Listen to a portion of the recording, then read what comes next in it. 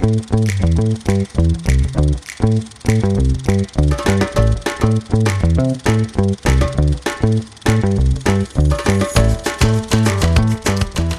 everybody, and welcome to another episode of Kev's Movie Corner. I am Kev. He is Doug. This week, we are talking about Rogue One, a Star Wars story.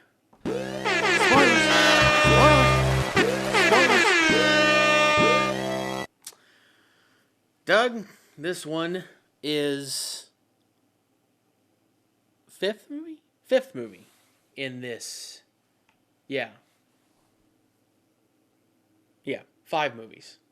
Because we did the first 3 Skywalker ones, and then you have Solo in this one. So in the timeline, this is the 5th one if you don't count the animated Clone Wars thing. Sure. So the synopsis from IMDb, or the little summary thing that they have, it's like one line. I don't know what the point of it is. In a time of conflict, a group of unlikely heroes band together on a mission to steal the plans of the Death Star, the Empire's ultimate weapon of destruction. So this takes place right before A New Hope, which is like the first original Star Wars movie. Yeah. This is the because at the beginning of A New Hope, Leia is sending the plans, like they've just stolen them, and this is like them actually stealing the plans. So sure. Yeah. And this came out in 2016. It's 2 hours and 15 minutes basically, so 2.25 hours long. This is a really fun movie. I enjoy this movie. I love it. It's a really fun movie. It's like Solo. It doesn't really. I mean, the only Jedi you have in it is Vader. Just the 2 scenes that you have Vader. I think he's the only Jedi that you actually have in the movie, isn't he? Yeah, he is, and it's very, for a Star Wars movie, that's just unheard of. Yeah. So, and I think that's part of the uniqueness of it too. Yeah. So it's something different, but you still do have a lot of Star Wars because you have the Empire, you have the Death Star, you have a ton of stuff going on, and you have more backstory about what's going on, which is really interesting. So what is it that you like about, what makes you like this movie so much? Well, I told you before we got started, I had quite a few opinions, and I mean, my overall view of the movie is it's almost like a war movie, and it's a Star Wars movie second. Is kind of how I felt. And I think part of that reasoning I felt that way is because there really isn't any Jedi in it other than the 2 scenes, which are phenomenal with Vader in them and stuff. So it just, I wrote down some notes. I think that gave it a unique identity in itself as it's an emotional power. The whole idea that they killed everyone at the end I think it just brought home a totally different tone than what a lot of the other movies did. Yeah. And, Amanda, my wife, will tell anyone I'm a sucker for sad movies or for unrealistic endings and stuff. And to me, that's just there was just so much about it, how they did everything. And the fact that they didn't need to make it a happy ending made me happy. I know that sounds terrible, but you don't need to make every movie have a happy ending. I know that sounds bad, but sometimes not things don't always end happily. And you do actually end with Leia sending, you end with the beginning of A New Hope with this Leia sending the plans, getting the plan. So it does kind of end happily a little bit, but it's sad for your main characters of this film, which is so it is, which is not it's not something you expect to see from a movie like this, which is different and also kind of nice to see. Yeah, being different, they didn't rely on nostalgia of all the other movies and just kind of rehashing the same general theme with Mm-hmm. different storyline. They really went out, and this is why I was so disappointed. I mean, we talked last week about Solo. Solo was fun.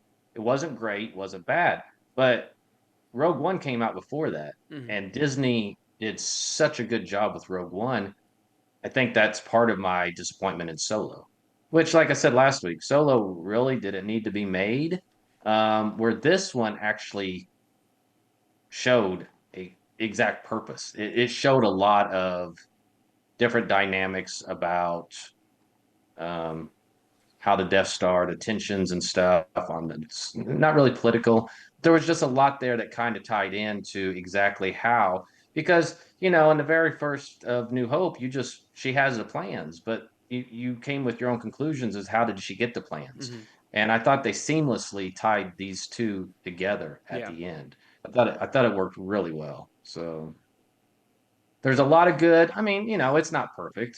I mean, no movie is. I mean, Yeah. one of my all-time favorite movies is Shawshank Redemption, and I probably could find something wrong with that. But That is a I mean, really good this, movie, though. like I said, it's got a lot of good. It's got a few things that aren't great, but I don't know. I mean, do you have anything on the good side that you really enjoyed, other than just it being unique and very ambitious as a Star Wars movie to go away from the Jedi side? I mean, was there certain things that stood out? I I always love seeing Darth Vader. Who doesn't? I always love I have seeing a him. Vader shirt on right now. You can't see it, so I have. I'll have to. I didn't grab it, but I will have when we do like the next episode or something. I I don't remember which one I got when me and Nikki did A New Hope or whatever one we did when we talked about Star Wars. I have the like when I went to Disney, I bought the Vader like replica lightsaber, and awesome. I'll have to show it to you when we do one of the episodes because it's freaking cool. Um, Awesome. but I'll have to grab it out of my room back there. But it's yeah, I mean, and seeing like that's just awesome. And hearing James Earl Jones like voice him is amazing too. But Yes, yes. uh I I don't I like all of it. I also liked I like and I know this is in almost all of them because they just do this. Uh I like the snarky droid. I like K2SO. I like just Oh, having a great. snarky droid in there that just makes, you know, offhanded comments and just kind of is a basically a jackass. I Yeah. just kind of like that. Um, And on that point, they did such a good job because when you can feel an emotion yeah, when you feel a sad when he dies. non-human dies, Yeah, then you know that they did a really good job with that droid. Because yeah. I was, I'm not crying, but I'm sad You're when he dies. you're And it's sad like when he dies. I am getting emotional over a non-human Mm-hmm. droid. So that right there, after that happened, I'm like, I really connected with that, and I've always had that feeling with R2D2 and C3PO and Mm-hmm. and stuff like that, and BB-8 is a great creation that we'll talk about later. But there was something about this character that they did such a good job, and I Mm-hmm. I totally agree. He was hilarious, Yeah, just with the backhanded comments that he would make, yeah. So, but I did read somewhere that when they're on Jeddah and they're like when he's like trying to when they stop him and he's trying to act like he's taking them to jail or whatever, and he slaps the one guy and backhands him. Apparently, that yeah. was improvised, and Oh, that really? he was, Okay. which is, I guess, if you watch it and you, uh, Diego's face, who plays Cassian, if you watch it and see him, he like smirks after it happens because he was not expecting it to happen, and he just kind of like, oh, okay, we're okay, we're doing this now. Okay, Really? got I'll it. I'll have to go back and watch that specific scene just to see if I catch it. I never really paid So attention, I yeah, guess. but I So, guess that was improvised. So, but yeah. yeah, stuff. I mean, stuff like that. Yeah, I just I also found that the director, Gareth Edwards, who directed this, was just going through old film at the Lucasfilm warehouse before the movie was made or during production of this, and he found just a bunch of old film reels, and some of them contained unused film from A New Hope of fighters from battle scenes, which were actually the Red Leader and Gold Leader. So the Red Leader and Gold Leader in that last battle are from A New Hope. Really? Mm-hmm. Some of those clips are, Oh, which I thought that's was pretty interesting. cool. So Yeah. Well, like I said, I made some notes. I liked, we've covered this a little bit. I liked the bold, gritty tone of it. It was, we've kind of talked about that war feeling. It was almost, I don't know. I watch a lot of documentaries, and to me, it was almost kind of filmed like a documentary style cinematography. It was just, it was completely different. You didn't have the scrolling stuff at the beginning. it You're just on a starts. planet, Yeah. so that caught your eye right away. Obviously, the third act on Scarif's just unbelievable. Mm-hmm. You know, you've got so much going on, but you've got a great everything going on up in the sky, on the ground. You got the AT-ATs. I mean, it just felt so much like this is a Star Wars movie and stuff. Yeah. They had the strong world building I put down in the sense of you jump to different places and locations. You got to see more of the ordinary people. And, like I talked earlier with the Death Star's construction and, the political tensions between who's going to get credit for doing all this and I put the willingness to commit to the ending, which is just talking about them killing everybody. Mm-hmm. Yeah. That's pretty bold. Yeah. Like I said, Star Wars is always an uplifting thing, and to go that direction, I thought was good. Um, and the supporting characters, K2SO and stuff, and I cannot pronounce the guy's name, the blind guy, but I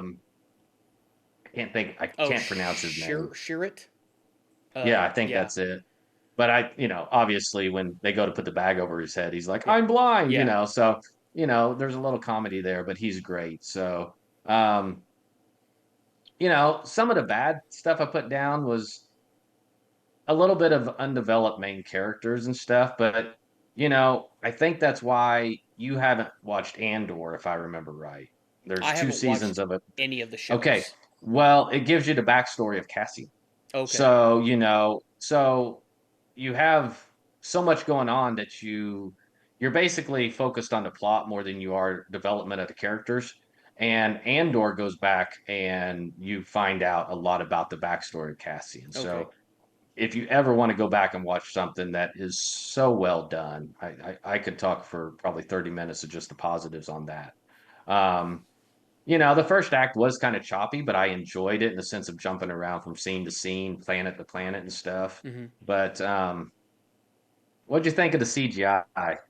What'd you think of? Did they look rubbery of Tarkin?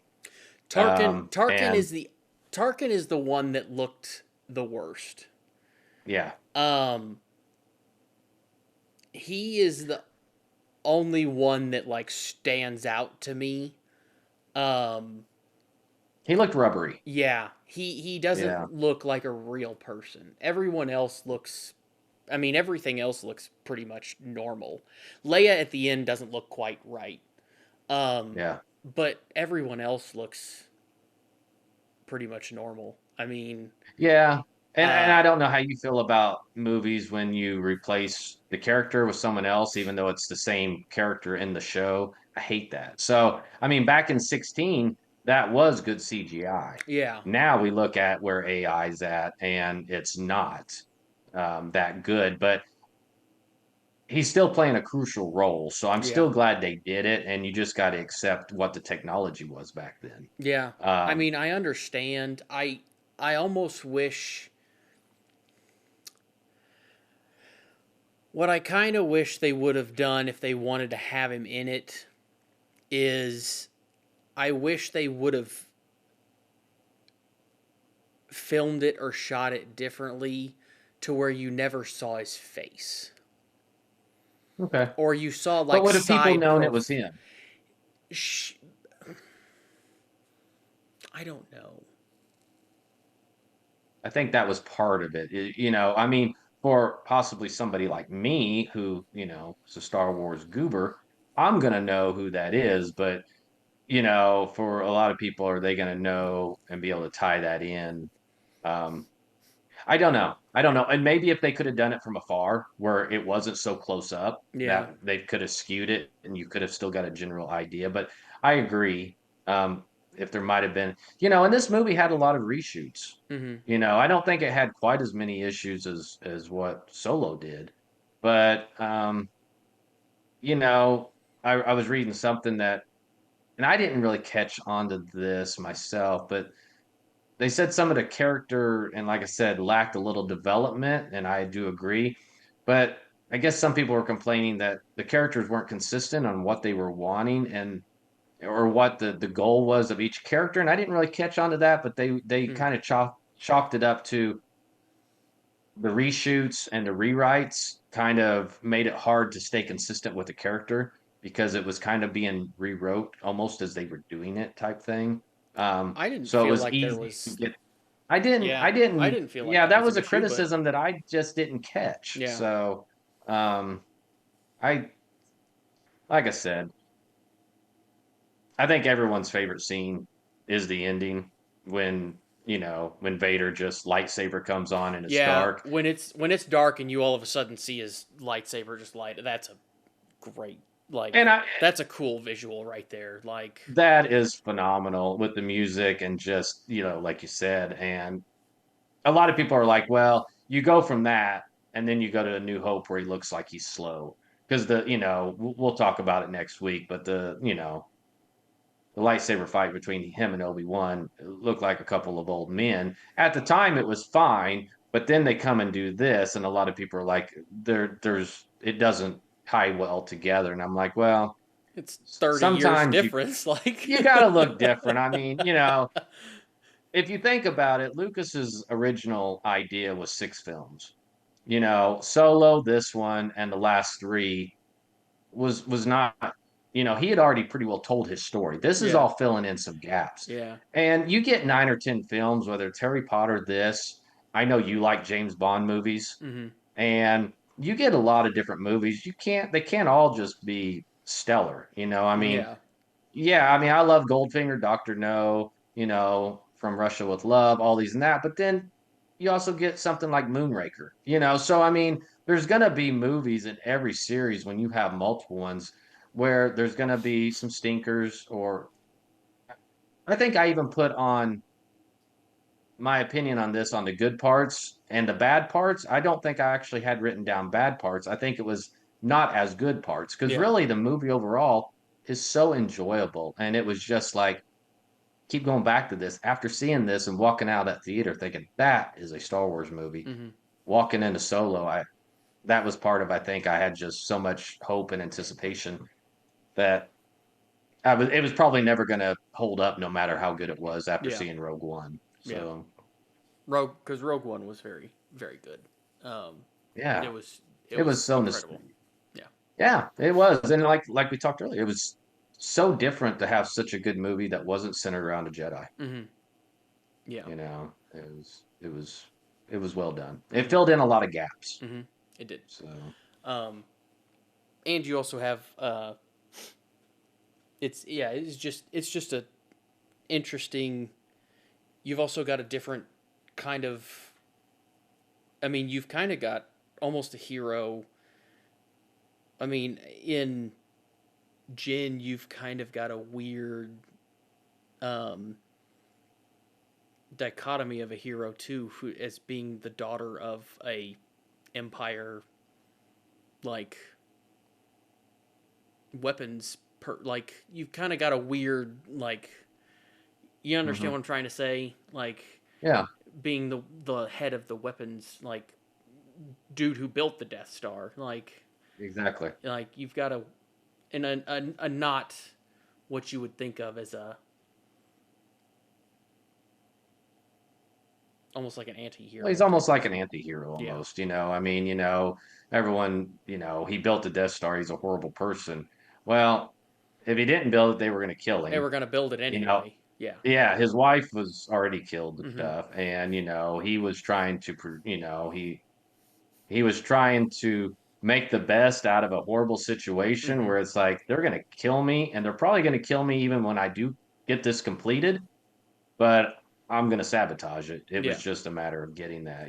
So, um, yeah, there was just a lot of really good stuff. There was some weird parts, the whole octopus thing that reads the pilot's mind. Yeah. I thought that was kind of weird that he was all of a sudden out of his mind and then he snapped right back into reality. So, there's little things, but Yeah. every movie's going to have that. I thought Forrest Whitaker um, played a great part. Mm-hmm. Kind of reminded me a little bit of a Vader thing where he looked part machine. Yeah. You know, um, uh, but yeah, just overall, it is right up there with probably in my top 3 or 4 of what you think of the main movies. So as So, far as the Disney movies, it's definitely in the top two.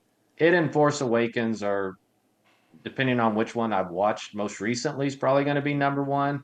But as far as what I think of post Lucas and Disney, mm-hmm. it's it's either one or two Okay. by far. So So you would put this top four or around there in overall and top two of yeah, yeah, new. Okay. yeah. It's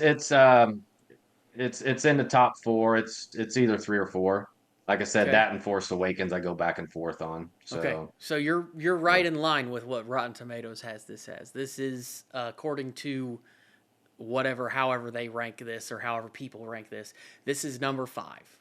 This has an 5. Okay. 84% on Rotten Tomatoes. The consensus from critics is Rogue One draws a deep on Star Wars mythology while breaking a new narrative and aesthetic ground and suggesting a bright blockbuster future for the franchise, is what it says. So, Yeah. Yeah. 84%.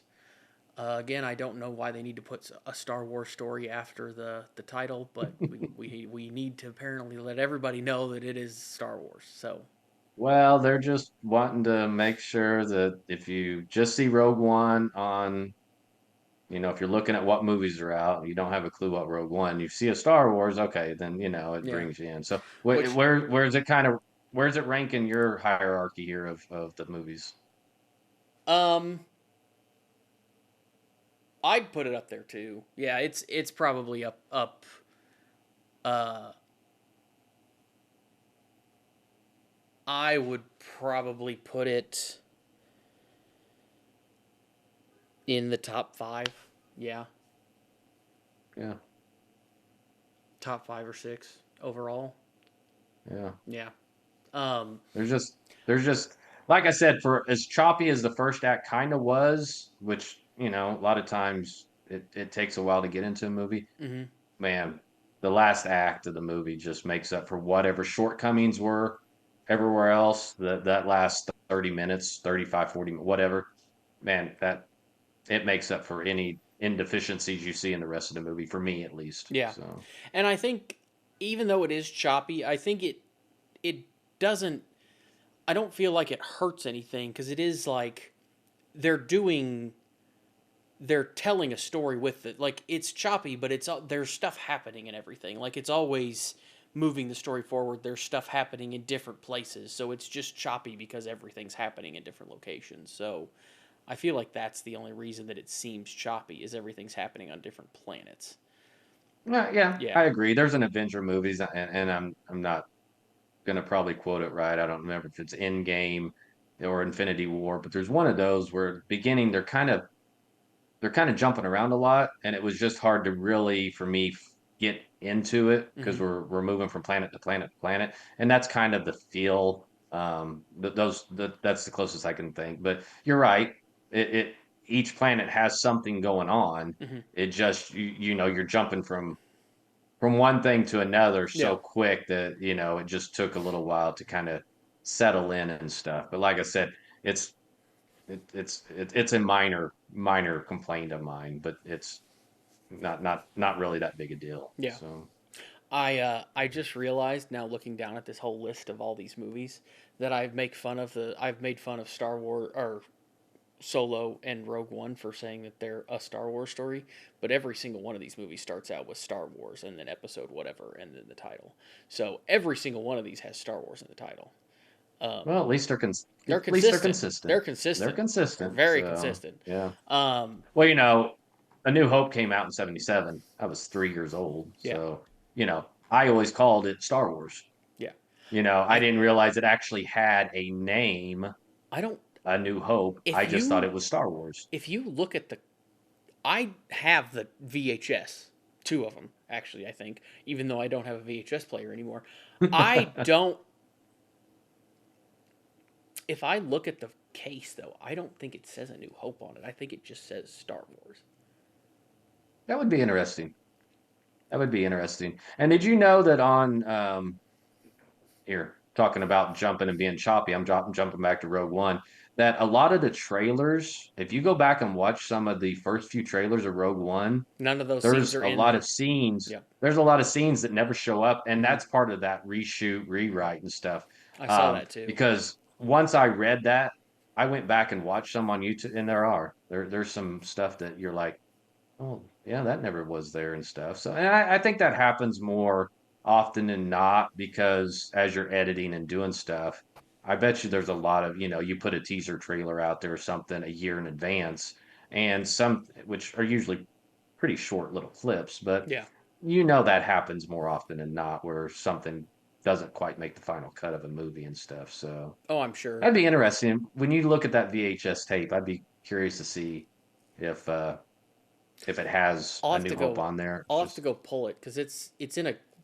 Since I don't have a VHS player anymore, it's in a box, so I have to go find it and pull it down. But I'll have to go check both of them because I've got two of them. One's like an original and one's like a, or I guess they're both re-releases because they're boxes. But I've got like one that's one and one's that's a deluxe like edition. But I'll have to look because I don't think it had A New Hope on it. I think it just says Star Wars, and then Right. the other one is Empire, and then uh, Yeah. Return of the Jedi. Yeah. So Yeah. I think it just says Star Wars on it though. Yeah. So That'd be interesting. You were talking a little earlier about having the replica of Vader's lightsaber. mm-hmm. For Christmas, I got a Lego set of K2SO. Oh, nice. And That's cool. I haven't made it yet. Mm-hmm. But it looks really good. That just kind of goes back to me telling you how much I enjoyed that droid in the movie, and that connection. But I get it made here in the next few weeks or something. I'll have to show it to you. So That's cool. sounding, here I am, a 52-year-old man talking about Legos, but that's Hey, okay. So everybody loves like there's you can see them. There's a Jurassic Park one right there, and yeah. Now there's a is that space space shuttle one right shuttle a there. Lego one? Mm-hmm. Okay. Yeah. Yeah. Yeah. There's more. Okay, but There's I've got a few actually years on you here, a Kevin. bunch of So them over there too. There's several. I can't really turn it that much, yeah. but there's Well, several of that's them sitting awesome. over there. There's Yeah. 7 or 8 of them over there. Well, So when you come across stuff and everything, and it just, like I said, I just do. I honestly just remember having emotion when that droid died, and I thought, okay, I must have really enjoyed him. mm-hmm. So and Yeah. stuff, but yeah, but yeah, that's pretty well my final thoughts on that. It's just, is it perfect? No, but for being almost not feeling like a Star Wars movie for 3/4 of it or 2/3. Boy, they brought it all together at the end, and Yeah. how they tied that end of handing that off to Leia. I remember just walking out of the theater and being like, that Yeah. that's what Star Wars should. Because I remember the first three, and then we've already covered the prequels and stuff, and enjoyed them more now than I did at the time. But I remember walking out of Rogue One and thinking that reminded me of what I felt when I was 7, 8, 9, 10 years old watching the original ones, and it was like, oh my God, I'm feeling like a child again because Mm-hmm. that just brought back so many memories of how much fun a movie could be. And I love it. It was a really good movie. Yeah. It's a lot of fun. I enjoyed it a lot too. Okay, well, I think that's it for this week then. don't forget to like, subscribe, comment. Next week, we are going to go back to the 70s and watch the very first Star Wars movie, which is episode 4, A New Hope. So, and a Star Wars movie, a Star Wars story. A Star Wars story, yes. Star Wars episode 4, A New Hope. So we're going to watch the very first one. Doug's going to be back again for that and all the rest of them going forward. We got 6 more of these things. So, and we will talk to you next week.